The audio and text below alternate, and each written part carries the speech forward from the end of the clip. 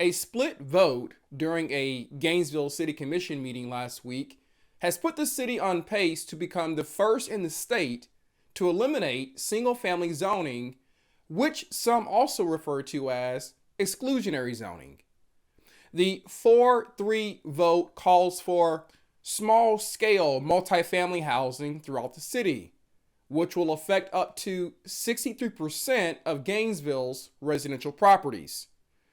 The proposal replaces the single family exclusionary zoning with a new neighborhood residential category that would allow residential structures of up to 4 units per parcel, depending on the size of the lot.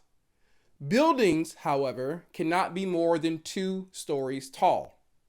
Now, there are many people who are against this change, and in fact, during last Thursday's commission meeting, about 100 people showed up to oppose it, while only about 12 spoke in favor of it. And just last night, Commissioner Cynthia Chestnut held a town hall meeting at Mount Pleasant United Methodist Church, where a crowd of frustrated citizens voiced a variety of concerns. I'd also like to ask about the whole reason we're here. We keep being told that this is all about affordable housing. I have not heard one thing about how building more houses and ruining our neighborhoods is going to make it more affordable for anybody.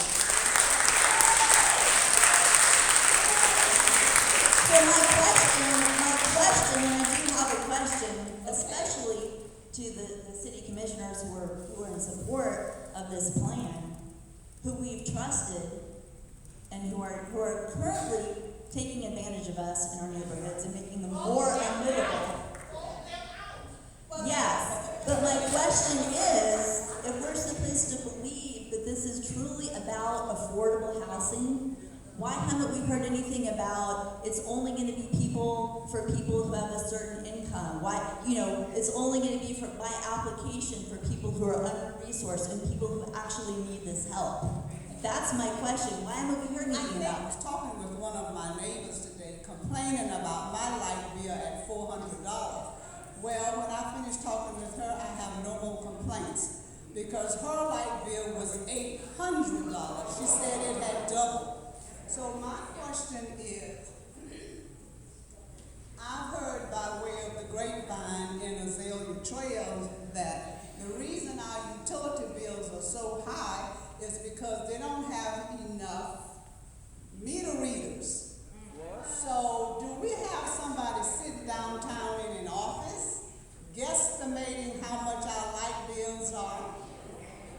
Well, think about it. And my question to you, sir, is that true? Are you all liking? Because I like to be a meter reader.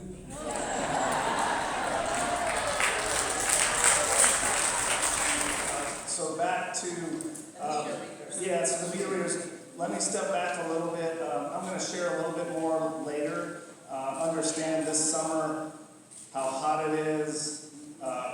Fuel prices worldwide have gone up, which are a pass-through cost to our customers. And so I know that a lot of us are suffering with higher bills this summer. That's a very real thing that's happening.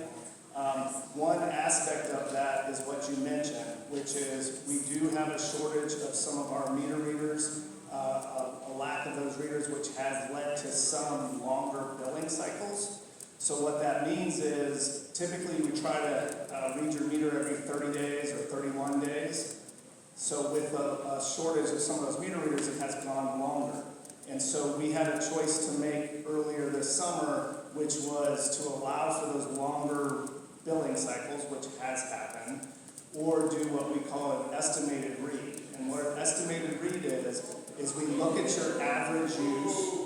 So what we try to do is look at your average use, estimate what we think that typically would be, and then the next month we get an actual read and it's trued up to what you actually used over those 2 months.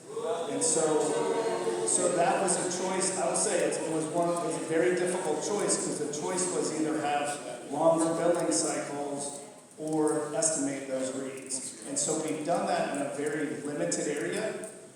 It's only been several thousand customers that we've done that in. We try to do that in a very limited amount and try to get the actual reads every month in most areas. But in those limited areas, we have had those estimated reads. Interestingly, the issue of race has become a key factor in this debate. City officials in favor of eliminating single-family zoning say that the city's current zoning was racially motivated and that white people wanted to keep black people out of white neighborhoods. Some blacks, however, disagree with this notion.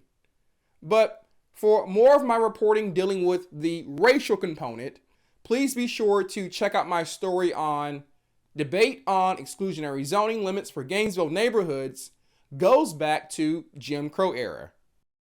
Currently, there is a local initiative underway led by the nonprofit Gainesville Neighborhood Voices. They are working to thwart the implementation of the commission's plan to end single-family zoning. But even beyond local initiatives, state legislators are also working to halt the plan. State Representative Chuck Clemens and Senator Keith Perry recently sent a letter to the Florida Department of Economic Opportunity asking it to intervene and hold up the process until the legislature meets next spring to possibly address the issue then. That agency is now the one that must sign off on the comprehensive plan, and it has 30 days to respond to the city's proposed land use change. GN Voices president, Casey Fitzgerald, said that they will first contact the state agency and point out that the city has not done enough studies to justify the plan change, which is required by law. He said that this could hold up the case until the next commission is seated in January, which would likely mean the zoning and plan proposal would die. Fitzgerald also said that if the state agency approves the plan, then GN Voices will file an administrative appeal to the state's decision, allowing that change. Needless to say, this increasingly controversial issue is far from being over. I'm Javon Harris, reporting for the Gainesville Sun. For continuous coverage on this issue as well as others, please be sure to follow us online at Gainesville.com, and you can also follow me on Twitter at JavonLHarris_JD. Thank you for watching.